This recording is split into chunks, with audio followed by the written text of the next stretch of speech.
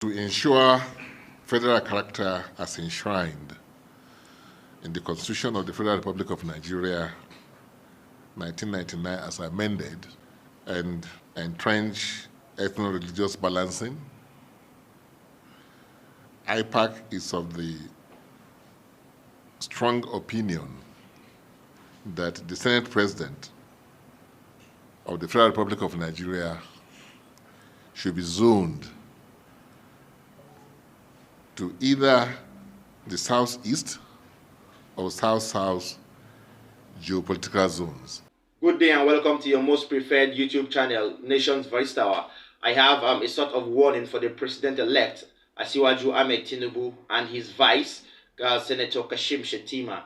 This particular warning is not from me directly, neither is it from Nation's Voice Tower. It's from a particular association, a political association or body so strong to really assign notes of warning to the president-elect. Now, this association is no other than the Inter-Party Advisory Council, IPAC. This Inter-Party Advisory Council has its chairman as Alhaji Yusuf Tanko, who was newly elected, and he has taken into reforms to give warnings or to sound notes of warnings to the president-elect and his vice. Okay, now they have come again this time after different interventions that have taken place through them. In 2022, you will remember that the IPAC came out to demand for a sort of credible polls at the to-be 2023 general elections in that time. So they have come out again to, number one, give a warning to the president and to make sure that he embarks on a sort of good governance. They have, in specific modes, sorted out or pointed out of the fact that there should be no religious fanaticism in this government, and there should be no sort of ethnicity in any way in this particular government, because that will not be tolerated. Let me not let the cat out of the bag. Listen to the president, Yusuf Tanko, as he gives his own part and as he reads the warning out to the president-elect. We resolved as follows: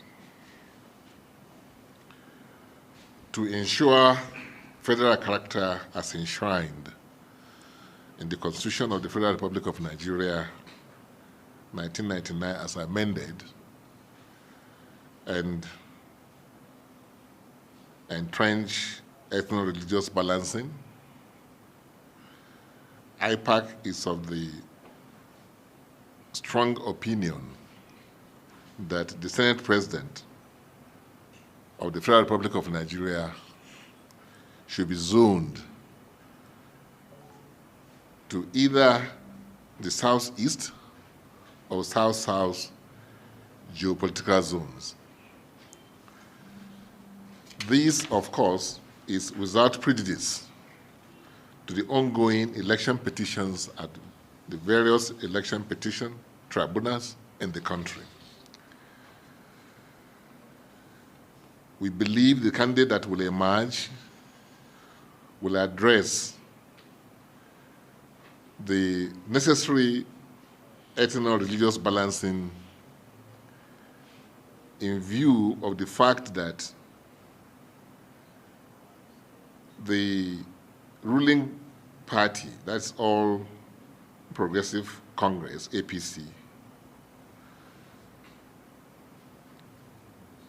by the virtue of the faith and region and ethnicity of, one, the national chairman of the party in person of Senator Abdullahi Adamu, the president-elect, Asiwaju Bola Tinubu, the vice president-elect, Alhaji Kashim Shettima, and of course, the judiciary, that is the Chief Justice of Nigeria, Honorable Justice Olukayode Ariwola, are all of the same faith. We believe that the suggestion of the IPAC will help to restore confidence of the people from the southeast and south-south geopolitical zones, and indeed all Nigerians, in the oneness of this country. Also, we have a precedence in the example of Chief Olusegun Obasanjo's PDP government in 1999, when it deliberately zoned the Senate presidency to the southeast, the Speaker to the northwest, the Deputy Speaker to the Deputy Senate President to north central, the Deputy Speaker to south-south. And this ensured that every zone was accommodated in the power sharing equation, which helped to calm frayed nerves and peace throughout the 8 years administration of President Olusegun Obasanjo. IPAC calls on all relevant stakeholders to embark on deliberate actions that will help to reconcile, heal, and unite Nigeria. This, we believe, will eliminate the winner-takes-all syndrome and will further enhance ethno-religious inclusivity and will usher in a strong, virile, united, progressive, prosperous, equitable, and just democratic nation. IPAC was deeply concerned by the ethno-religious sentiments that characterized the 2023 general election, that is, nomination of presidential candidates and campaigns which adversely polarized the nation and undermined issue-based campaigns that would have strengthened our frail electoral process. Nigerians witnessed the worst campaign since 1999, when democracy was restored in the country.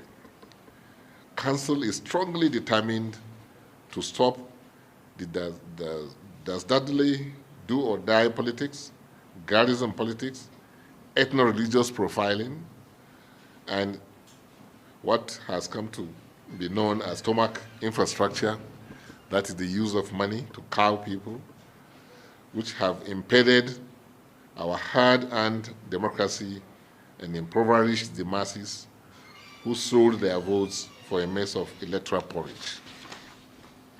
IPAC demands more appointments of women and youth in government as the most vibrant democratic groups in the country. The continued marginalization of women and youth in the previous and incumbent government must stop forthwith. No nation makes progress without the active participation of women and youth. Their involvement in the 2023 general election was an eloquent testimony of their preparedness to serve the fatherland, and they should be given the opportunity to do so. Council urges all the key stakeholders to be proactive and run an inclusive government, as this is the only way to carry Nigerians along in the governance and provide the essential dividends of democracy. As the umbrella body of all registered political parties in Nigeria, IPAC will always be in the vanguard for sustainable democracy and good governance in Nigeria.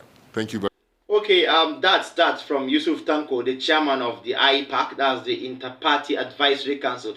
Did you think that nobody wants the president? People do want the president. So this is an example of somebody or some associations or some kind of society or body that has issued a note of warning to the president.